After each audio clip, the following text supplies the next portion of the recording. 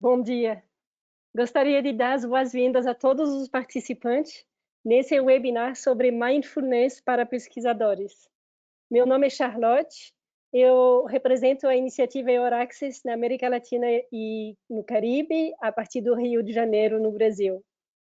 Com o intuito de facilitar a mobilidade de pesquisadores, EURAXES tem representante em 42 países europeus e 9 países não europeus, inclusive na América Latina, onde nós estamos. Aí, no início da pandemia, uma colega nossa da EURAXES na França teve a boa ideia de nós iniciar o Mindfulness, ou consciência plena, o que trouxe inúmeros benefícios a nossas vidas pessoais, mas também profissionais. Com essa energia renovada e mais foco, podemos trabalhar muito para oferecer para vocês, pesquisadores brasileiros, várias atividades. Entre elas, diversos webinários sobre fomentos, porque sabemos que isso é importante para pesquisadores, fomentos da Comissão Europeia para a Mobilidade, que são as ações Marie Skłodowska-Curie, fomentos do Conselho Europeu de Pesquisa, o ERC, mas também fomento para a cooperação científica em temas ligados ao Pacto Verde Europeu. E iniciamos também uma nova série de webinários sobre fomentos dos países europeus, que inauguramos com o programa de bolsas pós-doutorais do governo da Irlanda. Mas fomento não é tudo, e também decidimos focar no desenvolvimento de carreira dos pesquisadores, com uma série de webinários nos quais convidamos palestrantes profissionais para compartilhar dicas com vocês para desenvolver novas habilidades que são úteis nas vidas dos pesquisadores. Obviamente, EURAXES continua à disposição de vocês e continuará à disposição de vocês no futuro para tudo que tem a ver com mobilidade. A partir do nosso portal, vocês encontram vagas de trabalho, fomentos, mas também podem buscar instituições de acolhimentos, parceiros, podem encontrar ajuda para preparar a sua chegada num país europeu e muito mais. Convido vocês a explorarem o portal EURAXES, mas também não deixar de visitar as mídias da EURAXES no Brasil, onde oferecemos conteúdo específico para vocês. Para encerrar as nossas atividades desse ano um pouco peculiar, né? Decidimos também dar esse presente para vocês, como nós o recebemos em março desse ano, e para agradecer a sua fidelidade e dar energia para 2021, nos pareceu super adequado oferecer esse webinar sobre mindfulness. Por isso, convidamos o Damien Desnos, que é francês, tem mestrado em comércio exterior, mas após 10 anos trabalhando em empresas multinacionais do setor da energia e da saúde, Damian resolveu dar um giro de 180%, de 180 graus na vida. Ele viajou muito tempo com consciência plena e se formou em Mindfulness no Mindfulness Training International de São Paulo e na Faculdade de Medicina de San Diego, na Califórnia. Hoje, Damien vai ministrar um curso de Mindfulness para vocês. Damien, a palavra é sua. Se quiser tirar seu microfone do silencioso e compartilhar sua tela, estamos ouvindo. Perfeito. Vou aqui, então. Vocês estão vendo a minha tela? Sim. Okay. Sim, perfeito. Então, como a Charlotte falou, sou Damien Desnos, sou instrutor de Mindfulness e diretor da Claramente Mindfulness, que é basicamente um instituto que fornece formações e cursos em Mindfulness, tanto para o público geral quanto no mundo corporativo. Antes de qualquer coisa, antes de falar sobre Mindfulness, explicar o conceito ou até praticar, porque realmente a minha ideia aqui hoje não é tanto trazer o conteúdo e o conceito, mas realmente a prática de como aplicar esse tal de Mindfulness ou atenção plena no seu cotidiano. Mas antes disso, eu gostaria que a gente chegasse mesmo, porque queria compartilhar com vocês o resultado de um estudo científico que foi feito pela Faculdade de Harvard, que é que 47% do tempo em que a gente está acordado, a gente está pensando em outra coisa do que a gente está fazendo. Ou seja, eu tenho um filho de 3 anos e meio, por exemplo. Eu brinco com ele, se eu brinco com ele e estou pensando na reunião que vou ter o dia seguinte, não estou realmente brincando com meu filho. E também não estou na reunião do dia seguinte. Estou no mundo das ideias, numa agitação mental que faz com que eu não estou realmente presente para aquela tarefa. Isso quando eu brinco com meu filho, mas pode ser quando eu escovo meus dentes, quando eu preparo a comida, quando eu como, quando eu namoro, quando eu trabalho. Isso é 47% do tempo. Imaginem isso na escala de uma vida. Vamos estar 80 anos aproximadamente de esperança de vida. Seriam 38, 39 anos da sua vida totalmente jogado para fora. E, estatisticamente, se 47% do tempo que estamos acordados a gente está pensando em outra coisa do que a gente está fazendo, significa que aqui, dos participantes que estão, 47% de vocês não está realmente aqui. Não está comigo.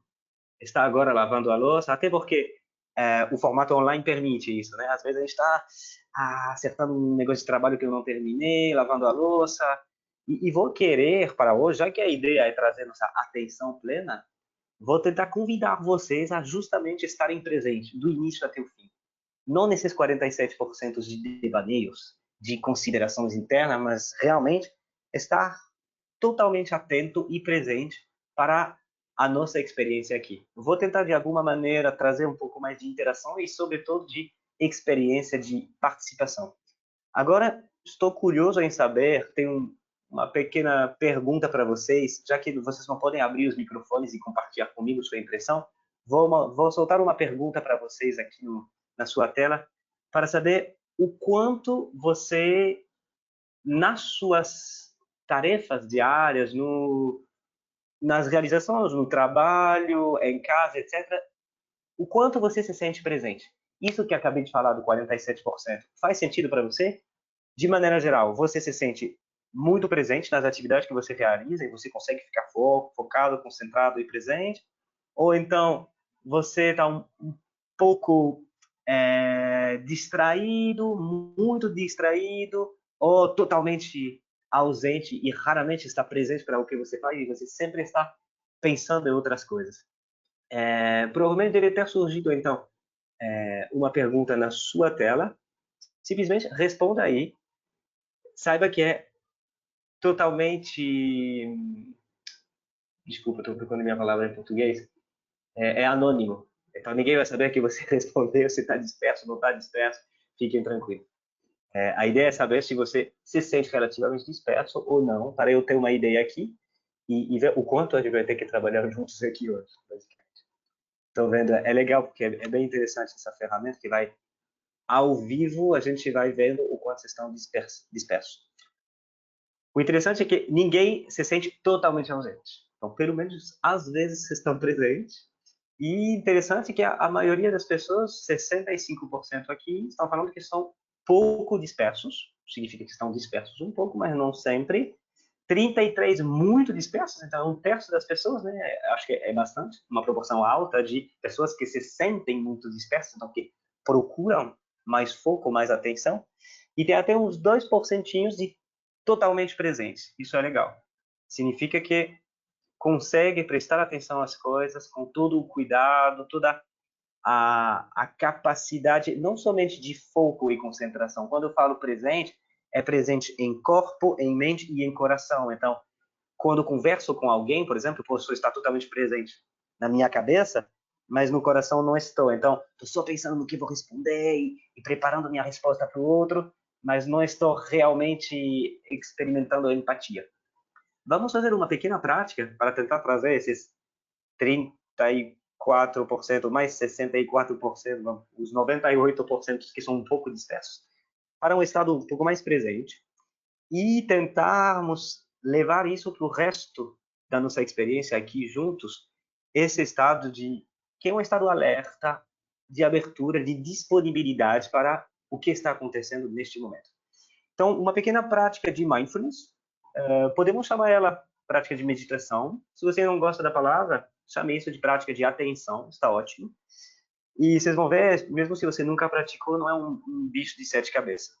Simplesmente encontre uma postura que seja confortável. Então, se você está numa cadeira, fique na cadeira, tá ótima. Se você está no sofá, fique no sofá, na sua cama, fique lá. Eu só pedi para você trazer uma postura alerta, desperta. Ou seja, se você está assim, eu, por exemplo, aqui estou confortável, mas estou muito relaxado demais, quase folgado, sabe? E daqui a pouco, se eu fechar os olhos, vou começar a dormir. Então é importante, se puder, desencoste. Isso vai trazer uma postura um pouco mais alerta. As duas solas dos pés bem ancoradas no chão, para se sentir firme e equilibrado. Postura alerta, mas também não há necessidade de criar tensões. Não queremos estar tensos e tensionados. Então, é um equilíbrio entre postura alerta, aberta e confortável. Igual a corda de um violão, quando você está afinando, se você aperta muito, muito, muito, muito, muito, vai estourar. E se afrouxa muito, muito, muito, muito, muito, não toca. Então vamos tentar afinar esse nosso corpo para estar numa postura confortável, alerta, desperta. Se você se sentir confortável com isso, pode fechar seus olhos. Se você preferir, pode simplesmente abaixar seu olhar com os olhos semiabertos.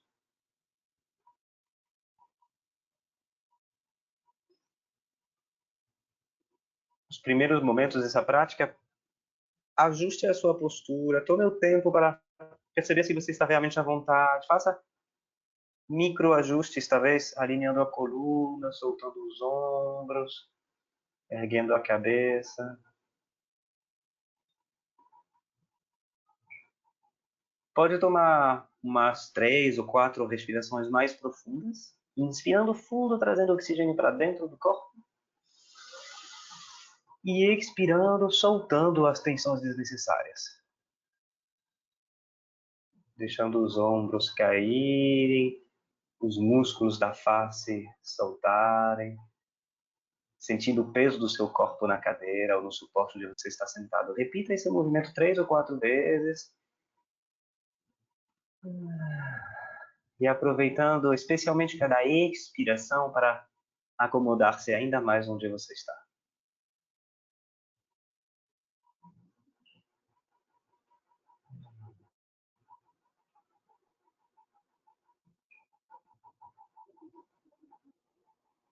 Quando você tiver realizado essas 3 ou 4 respirações mais profundas, pode voltar a respirar normalmente, sem se preocupar muito com o processo da respiração. Deixe que isso aconteça de maneira natural. E agora vamos proceder a um pequeno check-up. Começando pelo corpo. Percebendo como você se sente em seu corpo neste momento. Não há nada a fazer. Não há nenhuma condição física a ser alcançada. Não precisa relaxar. Não precisa sentir alguma sensação específica. Simplesmente preste atenção a como você se sente em seu corpo neste momento. Qual é a sua realidade física de agora?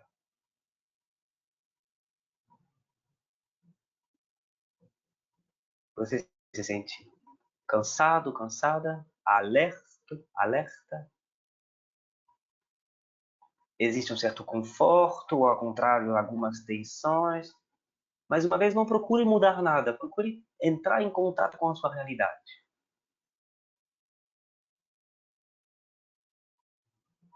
Percebendo como você se sente neste momento.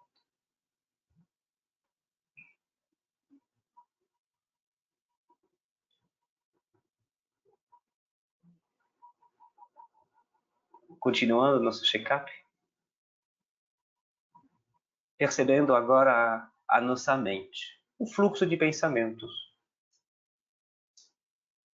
Qual é o seu estado mental do momento? Existe muita agitação? Um certo relaxamento? Você consegue ter clareza dos processos mentais ou é meio bagunçado lá em cima? Perceba como você se sente mentalmente neste momento. Mais uma vez, nada a fazer. Nenhuma condição mental a ser alcançada, nada a mudar. Simplesmente checando, acolhendo o fluxo da mente.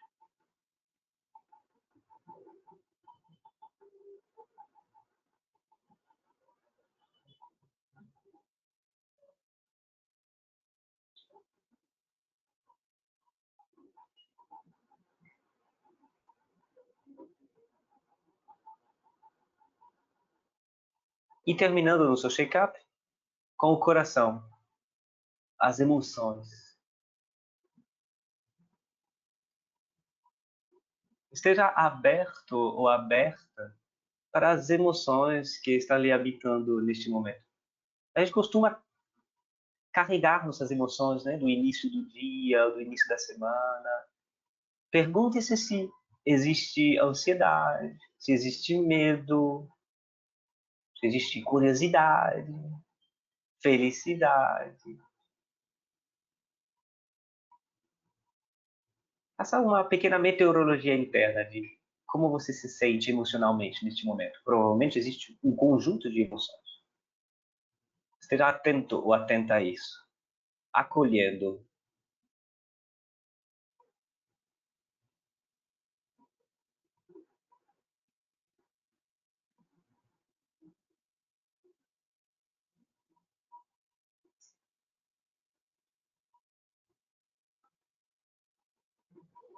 Antes de terminarmos essa pequena prática, convido você a tomar mais uma vez umas 3 ou 4 respirações mais profundas e aproveitando cada expiração para deixar ir as tensões desnecessárias, sejam elas físicas, mentais ou emocionais. Simplesmente soltando um pouco o corpo, deixando ir e aceitando ao mesmo tempo as tensões que decidiram ficar.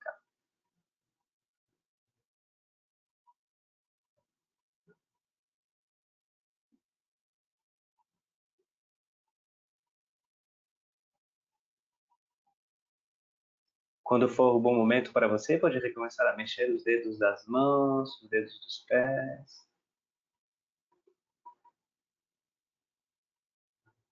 Abrir seus olhos e deixar seu corpo fazer qualquer movimento que for bom para você. Pode ser se espreguiçar, bocejar, se alongar. Deixa o corpo fazer, ele sabe muito bem o que ele quer nesse momento.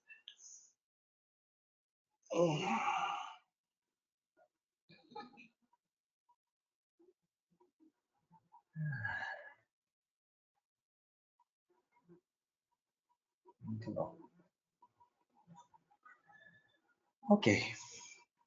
Então, eu adoraria. Agora, idealmente, a gente estaria numa sala juntos. Eu poderia ver um pouco o olhar de cada um, saber como vocês estão se sentindo. E perguntaria, com curiosidade, como foi essa experiência? Como você se sente agora?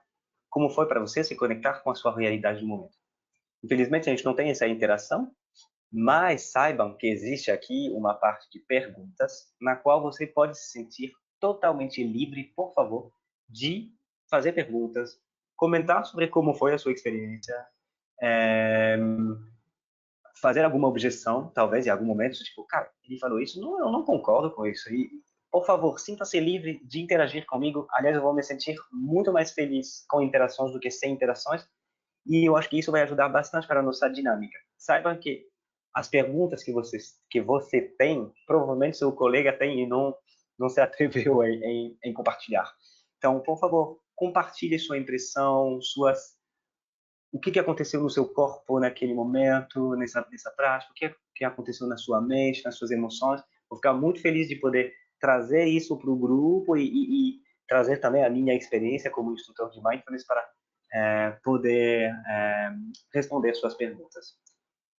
Enquanto isso, vou continuar então aqui apresentando um pouco de conteúdo sobre o que é esse tal de Mindfulness.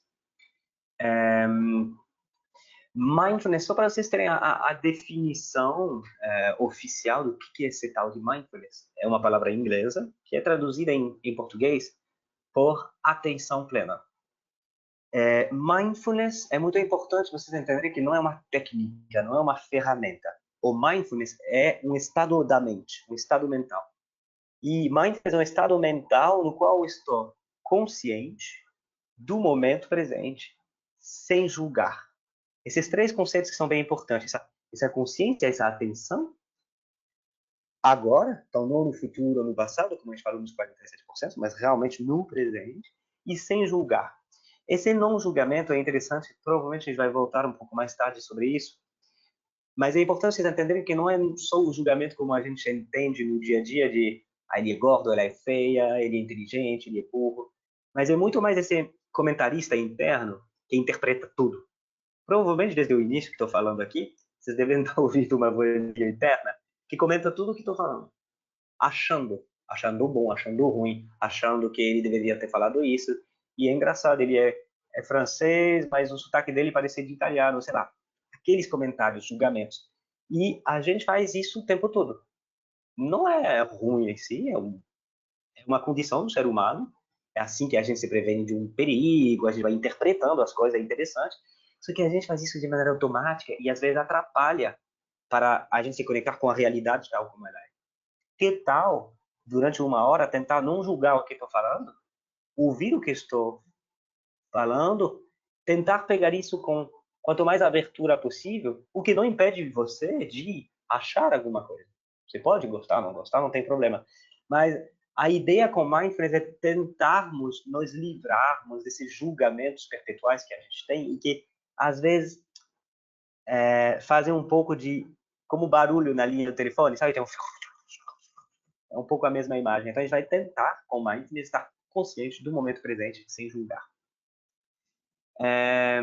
Só para vocês entenderem um pouco como isso como foi trazido para o Ocidente, porque é algo muito comum no Oriente, né? Eles têm o cultivo da presença, da consciência, pela cultura até religiosa deles, né? Por serem países budistas, hindus, eles praticam a meditação, então os princípios de vida e valores são muito da presença, do que ele chama de sati, que seria essa equivalência de atenção plena para nós. Existe um protocolo mais conhecido através do mundo, que é o protocolo que eu ministro quando eu dou programas de 8 semanas, que se chama MBSR, Mindfulness Based Stress Reduction. É um programa de redução de estresse baseado em mindfulness, que foi trazido no Ocidente pelo Jon Kabat-Zinn, que é um PhD em microbiologia norte-americano, que descobriu no Oriente as práticas meditativas e esse tal de mindfulness. Ele trouxe o conceito no Ocidente no final dos anos 70 e início dos 80, no MIT, no Mindfulness... que interessante, eu coloquei Mindfulness Institute of Technology. Massachusetts Institute of Technology. Desculpa, vocês veem como isso é o lapsus. Então, no próprio Massachusetts Institute of Technology, ele quis trazer esse conceito de mindfulness no hospital de lá e fazer estudos científicos sobre o tema. É muito importante vocês entenderem que mindfulness não é meditação e não é relaxamento. A gente pode até usar a meditação dentro do mindfulness como uma ferramenta para cultivar nosso estado mental de presença, mas mindfulness é a presença. Mindfulness não é a meditação. A meditação é a ferramenta. A meditação seria o meio e o mindfulness é o fim, é o objetivo. E também não é relaxamento. Então, se durante aquela pequena prática de 5 minutos que a gente fez no início de checar o corpo, a mente e o coração, você não relaxou, tá tudo bem. Isso é a sua realidade. Mindfulness não é um relaxamento, não é uma fuga, é um encontro sereno com a realidade. E às vezes a realidade é conturbada. Na verdade, a maioria do tempo, a mente está agitada, sentimos emoções, o corpo tem algumas tensões, e mindfulness é se conectar com isso, entender como que estou agora, o que estou sentindo no corpo, na minha cabeça, nas minhas emoções. Então, não tem o objetivo de mudar alguma coisa a princípio. É se conectar com a realidade para depois, de repente, tomar alguma atitude e poder mudar alguma coisa. Mas primeiro, não é segurar ou forçar alguma barra. Precisa relaxar, precisa relaxar, precisa relaxar. Até porque vai ser contraprodutivo. Então, realmente é se conectar consigo mesmo e entender como tudo isso funciona.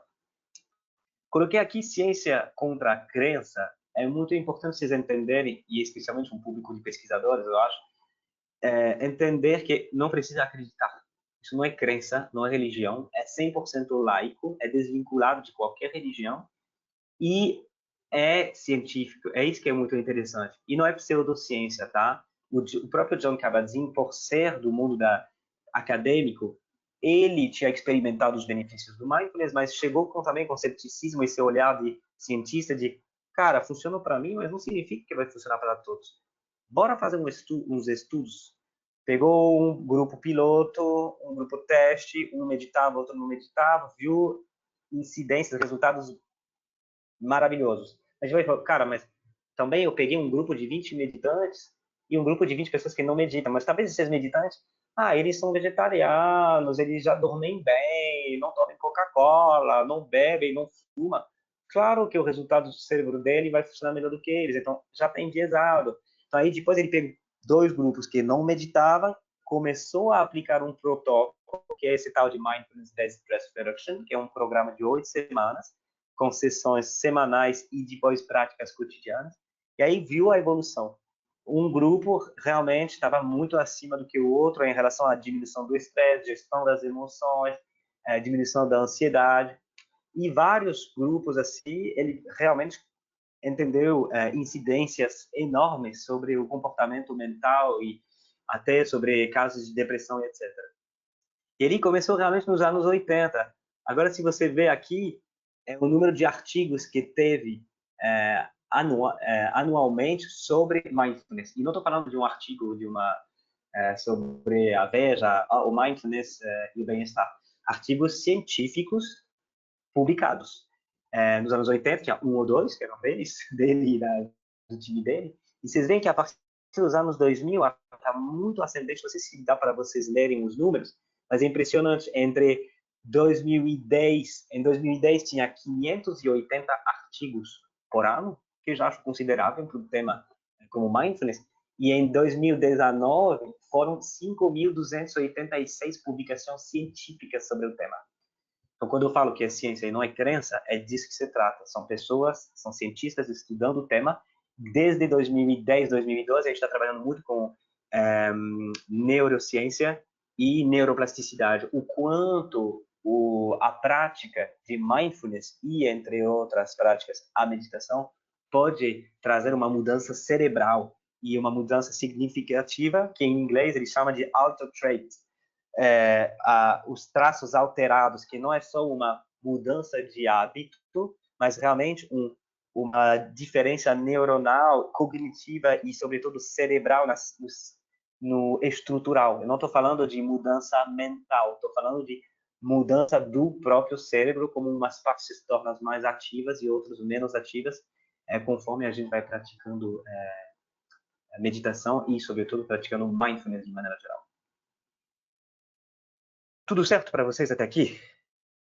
Tô perguntando, não só assim, soltando no ar, mas mais uma vez, por favor, sintam-se à vontade para fazer perguntas. Tenho a Charlotte e o Daniel aqui me ajudando também. Então, se surgir uma pergunta aqui, eles vão ver. Então, não hesitem, por favor, em simplesmente perguntar, fazer uma objeção, compartilhar alguma experiência suas, ok?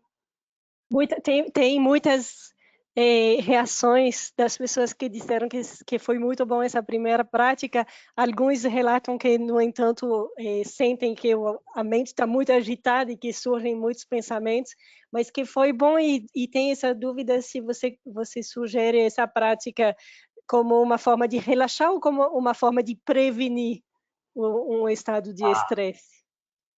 Excelente pergunta.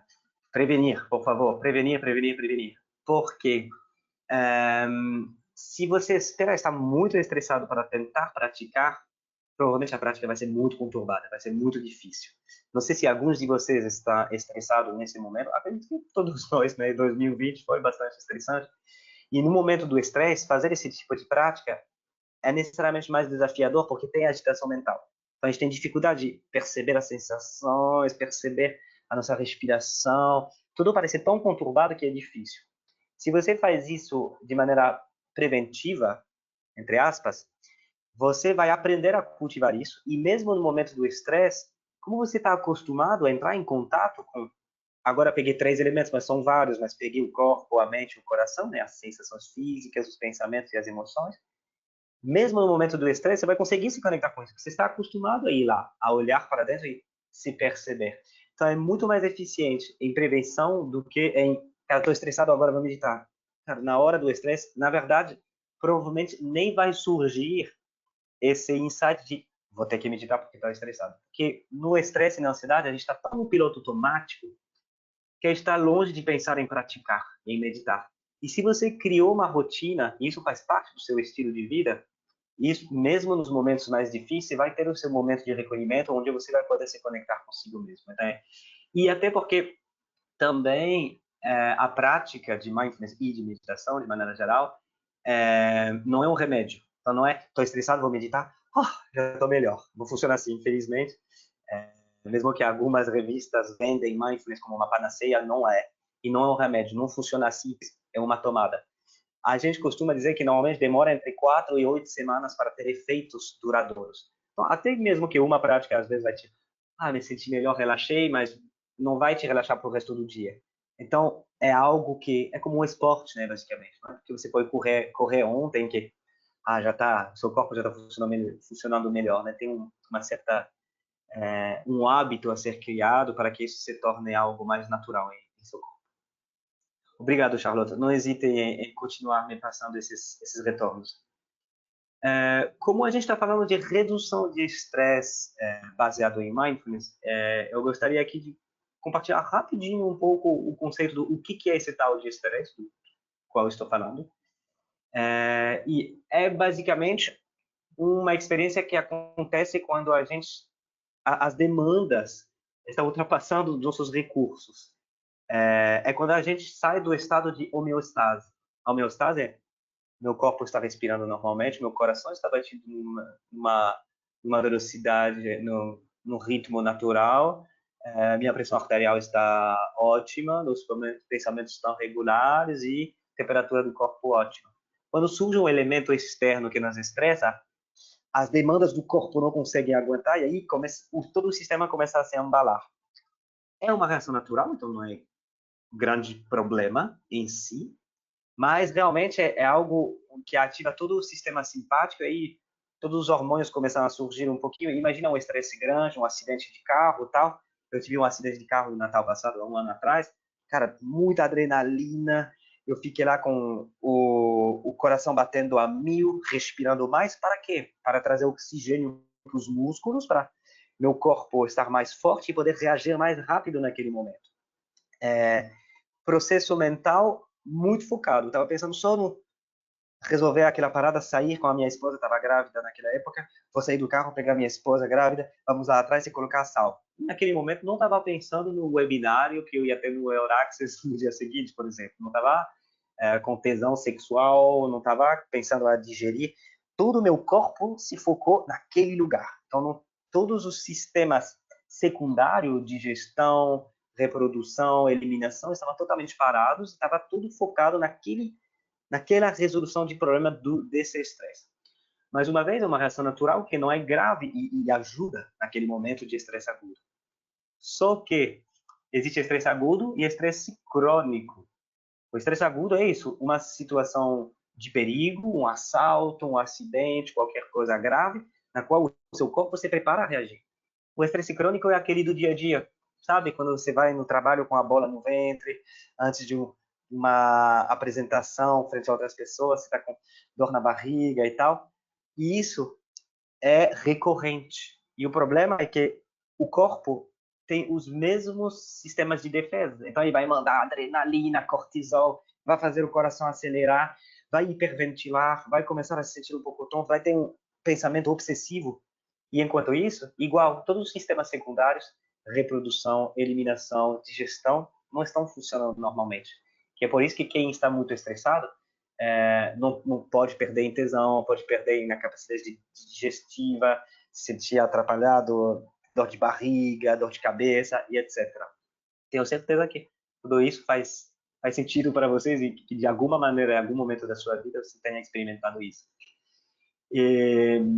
O problema do estresse crônico é isso, basicamente, não tem ameaça imediata. E muitas vezes, aliás, esse estresse crônico é ansiedade, ou quer dizer, a gente está projetando um evento negativo a acontecer e que muitas vezes nem acontece. A gente está na piração, em bom carioca, em termo acadêmico carioca, você está pirando.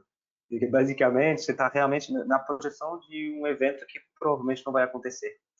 Existe um cara que escreveu um livro interessante, o Robert Sapolsky, que é Por que as zebras não têm úlceras? E, para resumir, muito resumido, ele pega um exemplo de zebras que vão assim no oásis, no deserto, para beber água. Aí surge um leão.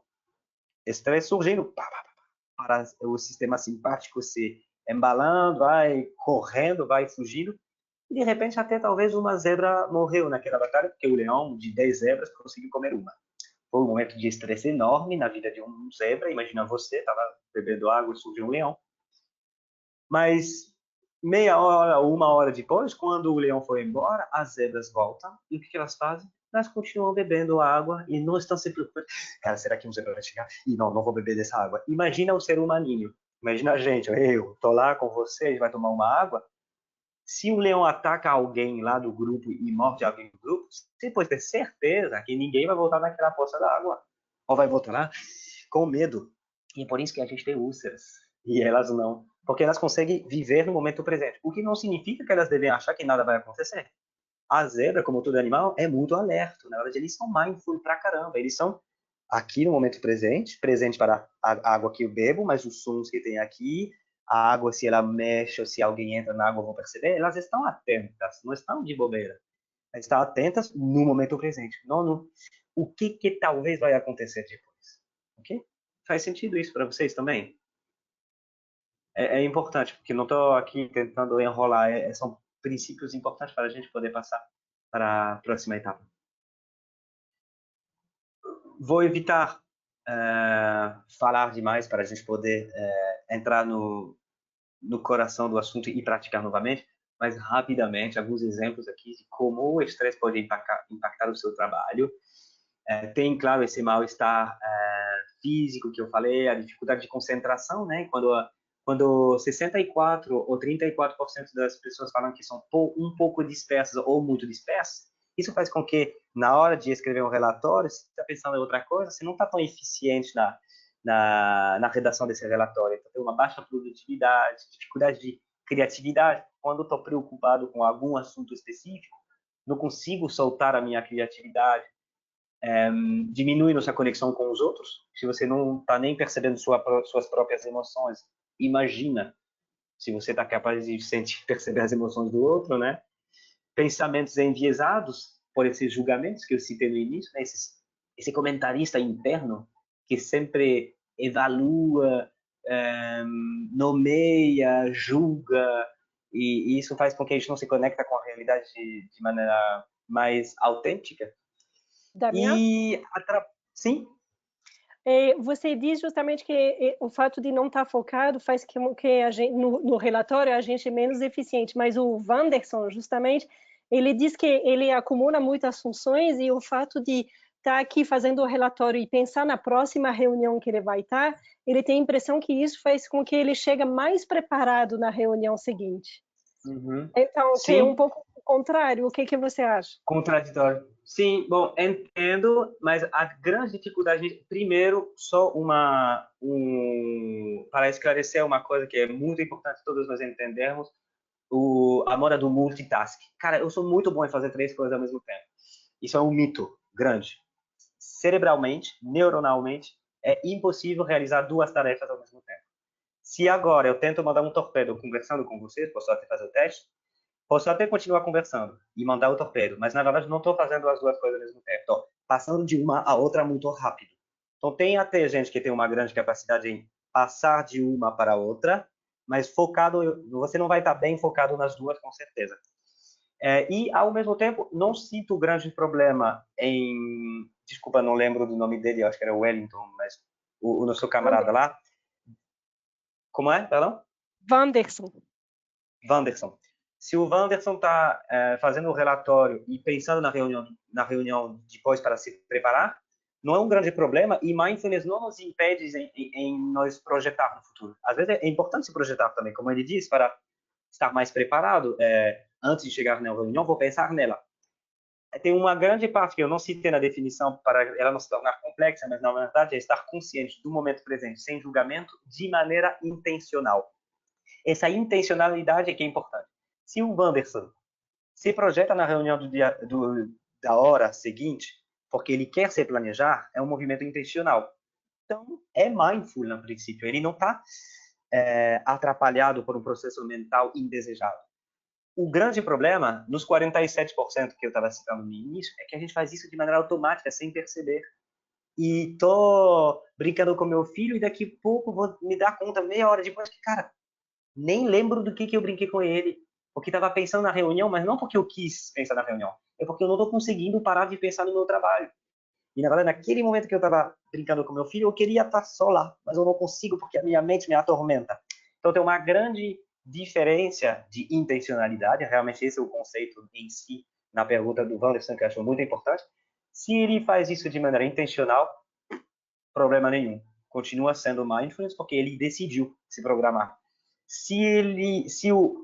A reunião de depois está preocupando ele, atrapalhando ele para a realização da tarefa presente, aí não tem intencionalidade e realmente, provavelmente vai lhe atrapalhar e vai se tornar bem menos focado. Faz sentido? Espero que faça. Acredito que sim. Que realmente a ideia é essa é a intencionalidade. Okay? Que é, na verdade, o ponto onde eu estava chegando aqui, de pensamentos enviesados. Se a gente ficar com uma certa tormenta mental e longe da realidade tal como ela é e como a gente gostaria de perceber. E pode atrapalhar nossa capacidade de resolução de problemas no sentido que a gente não tem todos os elementos necessários, por exemplo, na tomada de decisão. Se eu não percebo minhas emoções, posso tomar uma decisão errada, no sentido que, por exemplo, o medo pode ser muito bom conselheiro. Então, eu moro aqui no Rio de Janeiro, tem ruas no centro, mais estreitinhas, de noite, na qual você não quer muito passar. Se eu, no meio da noite, gringo ainda, passo lá e eu sinto medo, percebo esse medo, ele provavelmente é bom conselheiro, vai me dizer, cara, tô com medo, vou pegar um Uber, não vou andar nessa rua. E aí vou embora e beleza, resolvi o problema. Se 10 minutos antes dessa palestra eu sinto medo, talvez, na verdade, esse medo não vai me ajudar naquele momento. Não vai me ajudar a tomar uma boa decisão, vou ter uma voz meio trêmula, meu coração vai estar apertado, e o medo talvez seja mais sinônimo de insegurança do que realmente um risco a ser tomado. Então, agora eu posso autorregular esse medo e dizer, nesse momento não está de boa ajuda. Então, é importante, na hora da tomada de decisão, estar conectado consigo mesmo, perceber, entre outras coisas, suas emoções, vai lhe ajudar na resolução de problemas, na capacidade de tomada de decisão e etc. E sobre estresse, absenteísmo, autoestima, eu vou evitar desenvolver todos os pontos que eu tô, senão a gente vai ficar 2 horas e eu queria realmente muito ter a oportunidade de fazer uma prática agora. Então, como cultivar a atenção plena? Uma prática de meditação. Aqui é uma pequena provocação, na verdade, é só para dizer que para praticar meditação não há necessidade de ser monge budista ou garota propaganda de escola de yoga. Você pode estar muito bem vestido como você está agora, de terno, sentado na cadeira e meditar. Detalhe, ele está descalço, não é obrigatório, mas se você puder, até porque acredito que vocês estão, a maioria está em casa, de home office, tire seu sapato, vai ajudar bastante para se sentir conectado ou conectada com o chão. E a gente vai realizar agora uma prática um pouquinho mais longa do que a primeira, uma prática de 10 minutos aproximadamente. E igual à primeira, vou convidar você a sentar nessa postura do moço aí da direita. 2 horas dos pés bem ancorados no chão, as mãos podem repousar no colo, palma para baixo ou para cima, como for mais confortável para você. Pode alinhar sua coluna, mas que isso seja natural também, confortável. Não há necessidade de tensionar o corpo. Se você quiser encostar, pode encostar, mas nesse caso, sente lá no fundo da cadeira para que na hora de encostar você mantenha uma postura alerta, digna, desperta. Se você quiser, pode fechar seus olhos ou mantê-los semiabertos, com o olhar dirigido para baixo, se isso for mais confortável para você.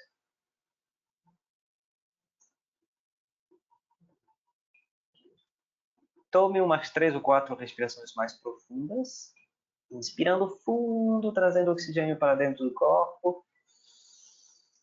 E aproveitando cada expiração para acomodar-se ainda mais no lugar onde você está, soltar as tensões desnecessárias. Solte seus ombros, braços e mãos.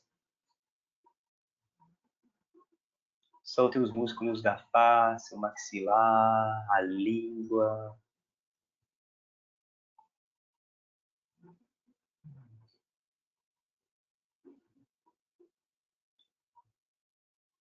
E quando você já tiver tomado essas 3 ou 4 respirações mais profundas, continue prestando atenção na sua respiração, mas sem controlá-la. Sem necessidade de respirar fundo, lento. Respire normalmente. Quanto mais naturalmente possível, melhor. Mas preste atenção nesse processo. Sinta o ar entrando e saindo das narinas, por exemplo.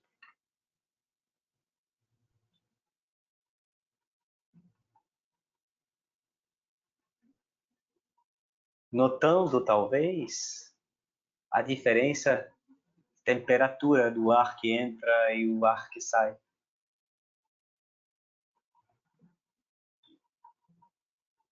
Ele entra levemente mais frio e sai levemente mais quente. Veja se é possível para você perceber isso.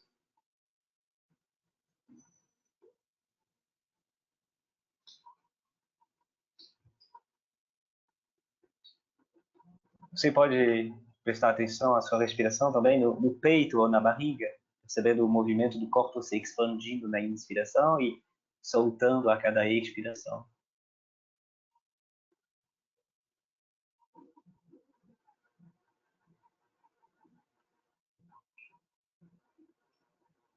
E agora, para os próximos momentos a seguir, convido você a simplesmente prestar atenção à sua respiração, onde for mais confortável para você, nariz, peito, barriga, o corpo inteiro, em silêncio, simplesmente percebendo o ar que entra e sai naturalmente do seu corpo.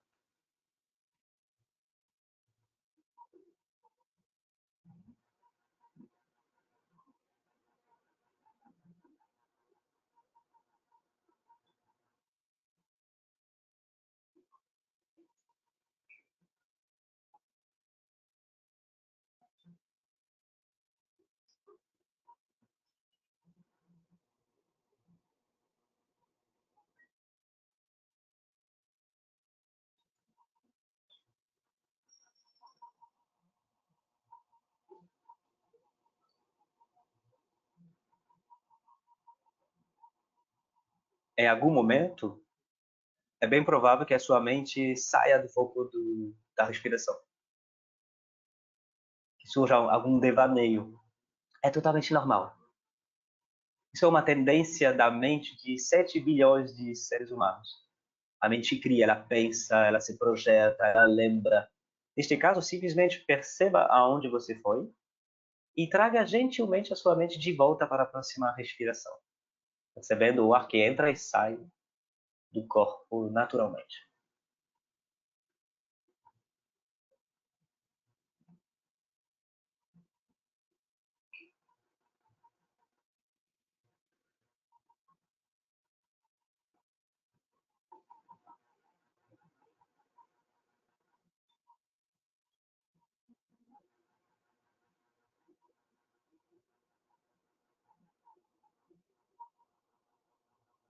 Viajou de novo? Está tudo bem. Simplesmente perceba onde você foi e traga a sua mente de volta para a respiração. Esses devaneios podem acontecer 5, 50 ou 500 vezes durante sua prática de meditação. Está tudo bem. Neste caso, 5, 50 ou 500 vezes, traga a sua mente de volta para a próxima respiração. Assim como um atleta ou um artista repite os mesmos movimentos para treinar e se aperfeiçoar, você simplesmente está treinando a capacidade da sua mente em focar no lugar da sua escolha. No nosso caso, a nossa respiração.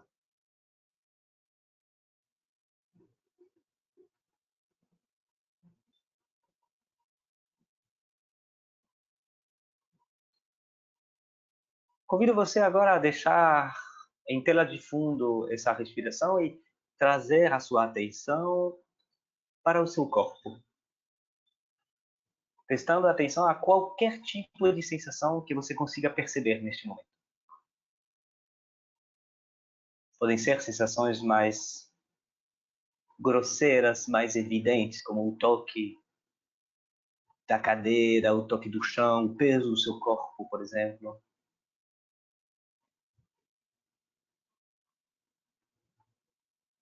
O toque da roupa na pele. Alguma sensação de temperatura. Não há nenhuma sensação a ser encontrada especificamente. Esteja aberto ou aberta a qualquer tipo de sensação que surgir neste momento. Seja ela agradável ou desagradável. Mantendo a equanimidade.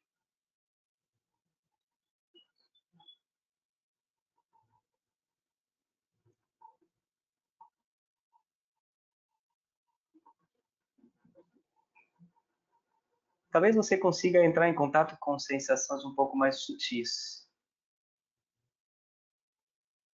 O pulso, o ritmo cardíaco, a respiração, alguma sensação mais interna de densidade, de vibração, formigamento, qualquer tipo de sensação.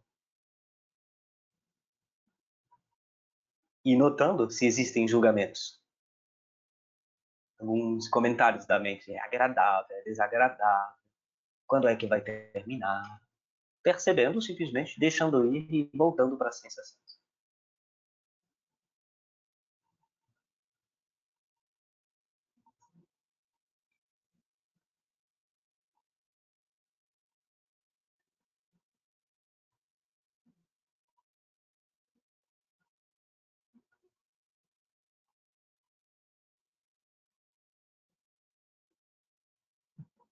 Deixando agora a paisagem sensorial de lado e trazendo seu foco, sua atenção para a paisagem sonora externa, os sons dos arredores.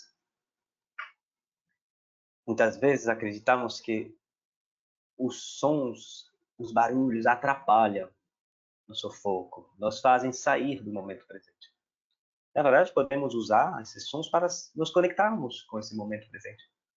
Assim como você percebeu as sensações do seu corpo, procure estar aberto ou aberta para qualquer som, os mais próximos como os mais distantes. Ouvindo a 360 graus.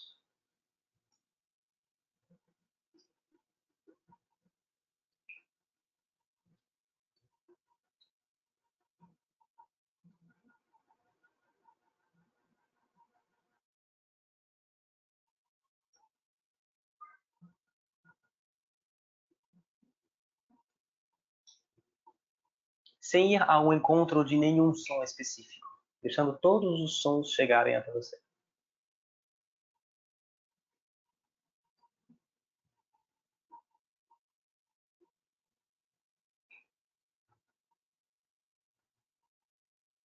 Percebendo se existe alguma tendência da mente em categorizar, nomear, sem contar histórias sobre os sons.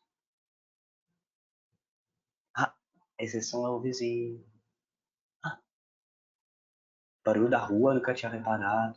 Percebendo, né, essas histórias que a gente se conta, e assim como for possível para você, se conectando com o som mesmo, com a vibração sonora chegando nos seus ouvidos, sem interpretações, comentários ou histórias.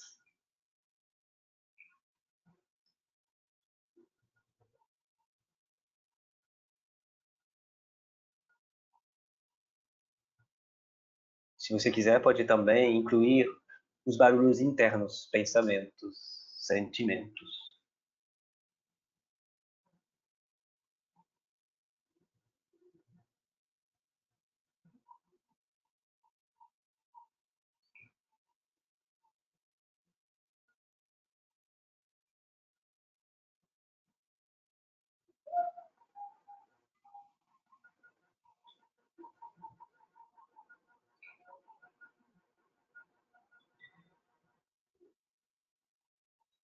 Convido você agora a voltar para a sua respiração novamente, de volta para o que chamamos de âncora na prática de meditação. De volta para a nossa respiração, um ponto de referência no qual você pode repousar a qualquer momento do seu dia. Volta para casa.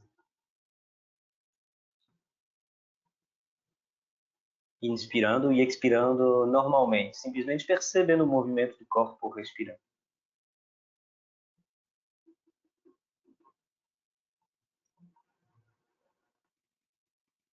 Se você quiser, pode agradecer a você mesmo por ter tirado um tempo para a prática de meditação.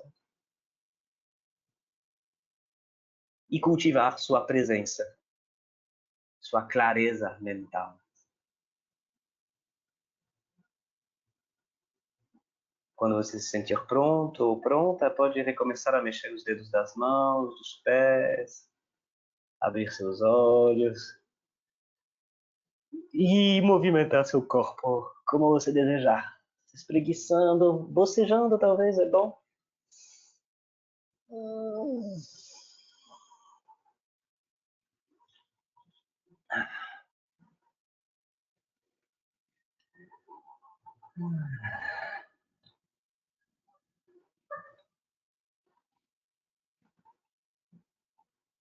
Muito bom.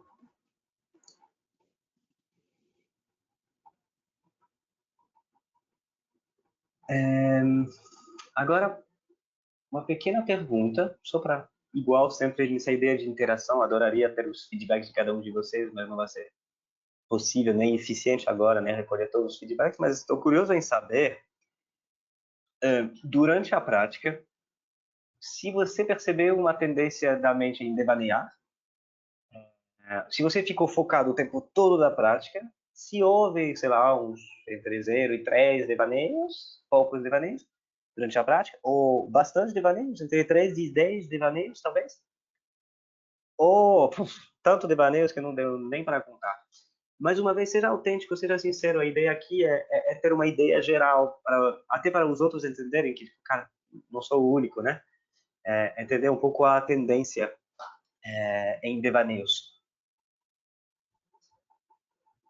Aqui estamos com 40% de gente que teve poucos devaneios, 20% entre 3 e 10, 33%, não deu para contar, tá certo? Tá mudando um pouco. Vou só esperar um pouquinho para ver o resultado final aproximadamente, né? A tendência está se regularizando com vários devaneios, é a maior tendência, entre 3 e 10, poucos devaneios, 30%, e 25%, um quarto, que não deu nem para contar de tantos devaneios. Primeira coisa, fiquem tranquilos, é totalmente normal devanear. Eu estava esperando ver, 2% chegou agora, focado o tempo todo. Temos, no mínimo, um mentiroso na turma, tá ótimo, é sempre bom ter um. Que bom que não tem câmera ligada, porque não está passando vergonha. Estou brincando, claro, é uma provocação. Mas, normalmente, em 10 minutos assim, é quase impossível ficar focado do início até o fim. Se a pessoa falou que ficou, posso até acreditar. Mas muito difícil. Muito difícil, a quase impossível. Então, isso significa que para os outros, está normal.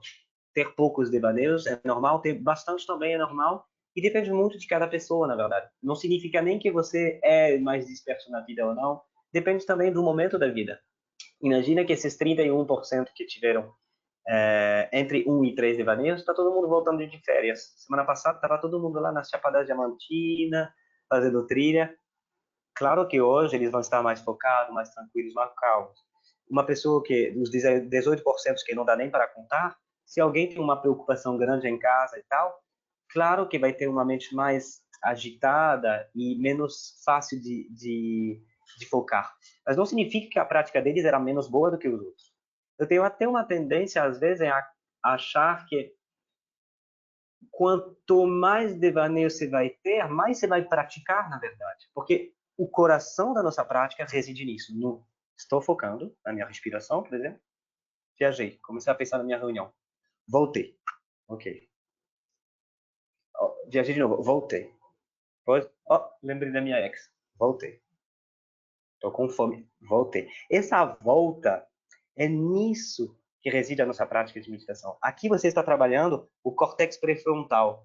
É uma parte atrás da nossa testa, na frente do cérebro, que é responsável pela concentração e o foco. Então, quanto mais você faz esse exercício de voltar, mais você está trabalhando esse foco, essa concentração. Quem ficou focado do início até o fim, trabalhou menos no final. É como ir na academia e, cara, só sair de lá, nem doeu. Talvez não trabalhou o suficiente. Então, talvez as pessoas mais focadas poderiam fazer práticas mais longas para, em algum momento, entrar em contato com algo difícil que vai fazer com que você vai ter que trabalhar um pouco a sua mente, né? Mas não é nem ruim nem bom, tá muito ou pouco focado. É a tendência de cada um e importante que cada um se conecte com a sua própria realidade do momento. Mas é muito importante vocês entenderem que planear é normal e faz parte do exercício, ok? Rapidinho sobre as qualidades cultivadas, o que a gente pode cultivar graças à prática de meditação.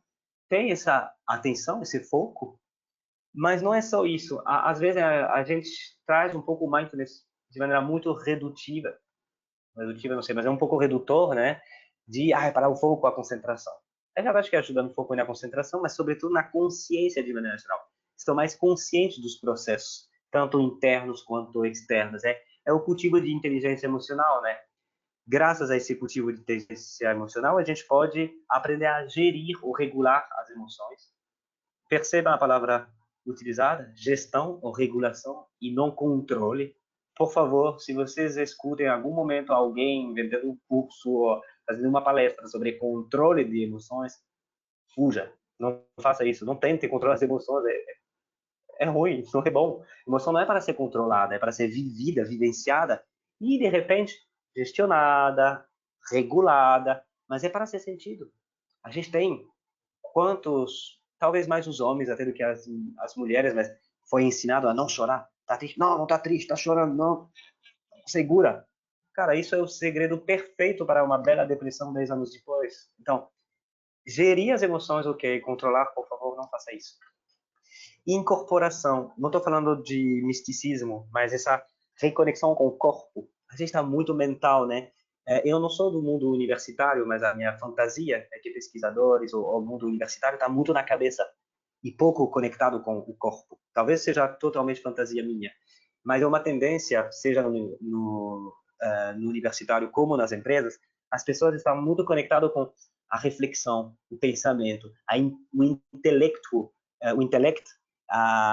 tudo que é realmente mental.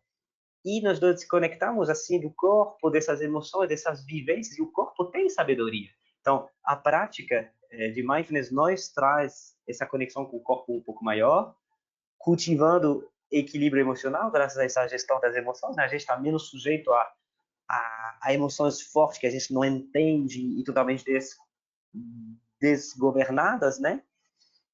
E, como eu já expliquei um pouco antes, ajuda na tomada de decisão. Adoraria falar de compaixão agora, mas estou com medo de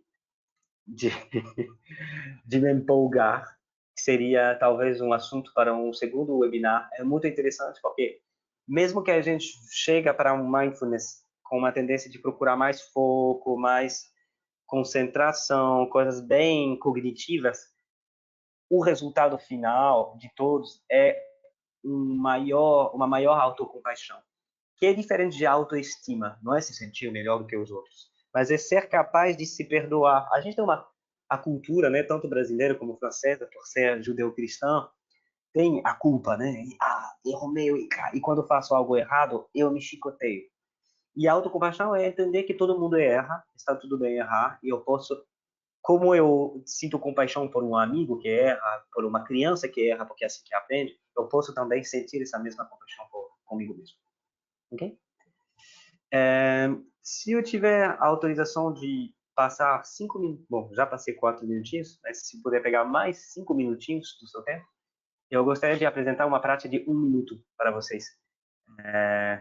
É uma prática muito curta, mas muito legal, que vocês vão poder usar depois mais facilmente, talvez, do que umas práticas de 10 minutos.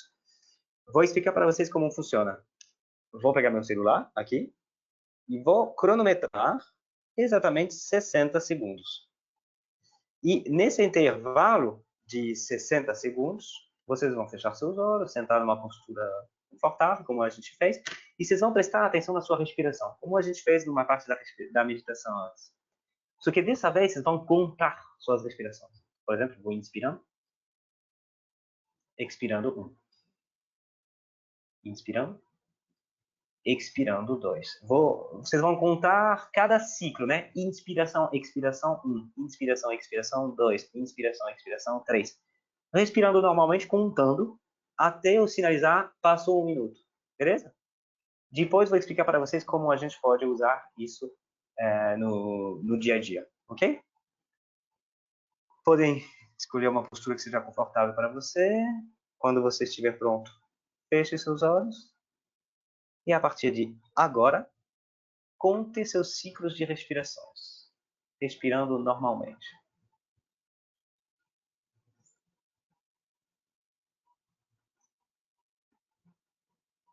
Se em algum momento você devanear, volte para a respiração e continue contando, não volte para zero.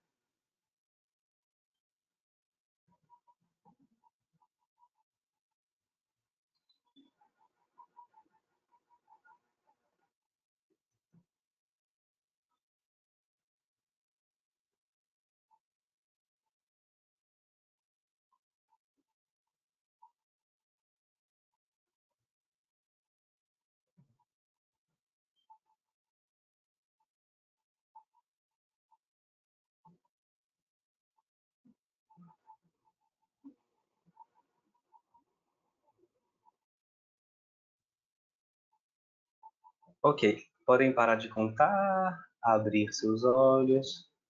Muito bom.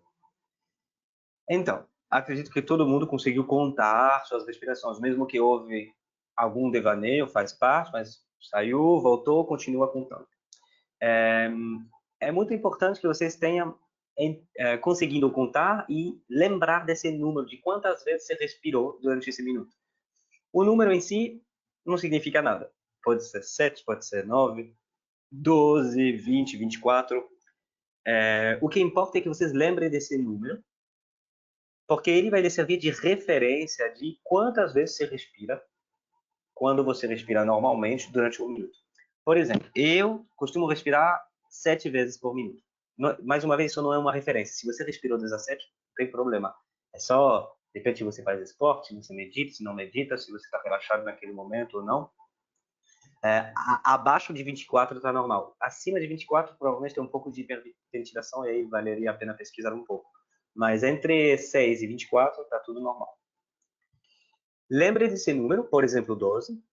E assim, quando você vai querer fazer uma pequena prática de meditação curta, mesmo que, por exemplo, antes de fazer uma palestra, antes de entrar numa reunião, entre duas reuniões Zoom, que a gente está passando o dia inteiro nas telas, tal, tipo, cara, entre duas reuniões eu vou fazer uma meditação de 1 minuto. Em vez de ficar lá e daqui 30 segundos você vai olhar seu relógio, falta um pouquinho ainda, não, um pouco mais, simplesmente você vai contar. 1, 2, contando na sua cabeça até chegar ao 12, ou ao 9, 20, dependendo do seu número de referência. Ok? Ficou claro para vocês? Isso pode ser utilizado ou no momento de estresse, ou então de maneira preventiva, de maneira regular. Eu gosto, por exemplo, no meu computador, eu coloquei um adesivo, pare, respire. E sempre que eu ligo meu computador, eu aperto o botão, tem aquele momento, o Windows vai começando, demorar um pouquinho, aí eu fecho meus olhos e eu conto até 7, porque é meu número de referência. Depois de 7 eu começo. Ou faço isso quando eu percebo que tem 10 janelas abertas no Google, sabe? Tem o Facebook, 3 sites de pesquisa, e não sei o que, o WhatsApp. Cara, eu não sei nem onde estou. Fecho os olhos. E vou até 7. E quando eu abro os olhos, já estou um pouquinho melhor. Claro que não é tão poderoso quanto uma prática longa, mas é um bom começo para fazer pequenas pausas durante o seu dia. E 1 minuto não atrapalha de jeito nenhum na produtividade. É ao contrário, porque vai estar um pouco mais fresco depois do minuto do que antes. Ok? Faz sentido isso para vocês também? Não hesitem, por favor, perguntas, etc. Que daqui a pouco a gente vai encerrar. Da minha, posso fazer então uma pergunta aqui? Sim, por favor, fique à vontade. É uma pergunta em relação se é recomendável fazer essa prática antes de dormir, né? Acho que o sono é uma coisa muito importante aí nesse tema de bem-estar. E se no longo prazo você acha que tem benefício para o sono também? Sim, tem. Na verdade, o momento da prática é bem íntimo de cada um. Não tem momento bom ou ruim para meditar.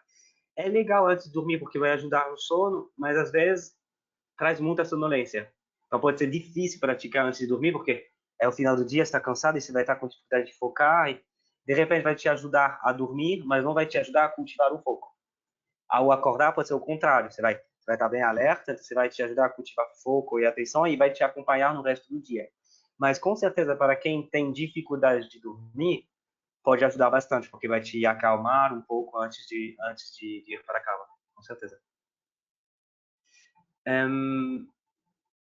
Se vocês se sentirem à vontade aqui, queria ver se alguém... Não, são 10h40, vou evitar fazer muito mais interação para a gente não perder muito tempo, mas a minha ideia era perguntar para cada um de vocês, segundo a experiência que a gente acabou de ter, as nossas duas práticas, qual seria a sua própria definição de mindfulness? Se você se sentir à vontade, pode escrever aqui no chat, que é na parte de perguntas, na verdade. Qual seria a sua própria definição de mindfulness? Em uma palavra, duas palavras, o que é mindfulness segundo você? Não a definição que eu dei no início, mas na minha prática, o que eu entendi do mindfulness hoje seria... Aí podem escrever, fique à vontade.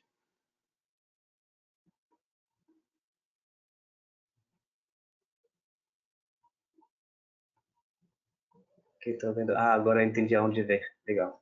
As respostas. Vou colocar aqui algumas palavras que costumam: conexão comigo mesmo, atenção plena, muito bom. Respostas frequentes que costumam chegar: aterramento é uma última palavra. Tem muitos falam presença, escolha, foco, tem autoconhecimento aqui, foco, muito bom.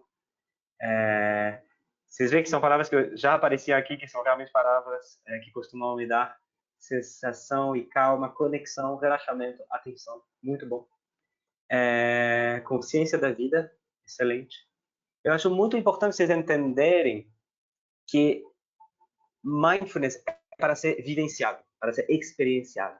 Então, a sua própria definição aqui, que estou vendo: paz, clareza mental, viver cada percepção, foco, consciência psicológica, física, emocional. Essas suas definições são super válidas e valem tanto quanto a definição que eu trouxe no início, a definição mais oficial. Então, não se apeguem ao conceito, à definição tal como ela foi dada pelo John Kabat-Zinn nos anos 80, mas me importa muito mais qual foi a sua vivência, qual foi a sua experiência do mindfulness, e isso vai lhe ajudar a cultivar isso no cotidiano, muito mais do que o conceito.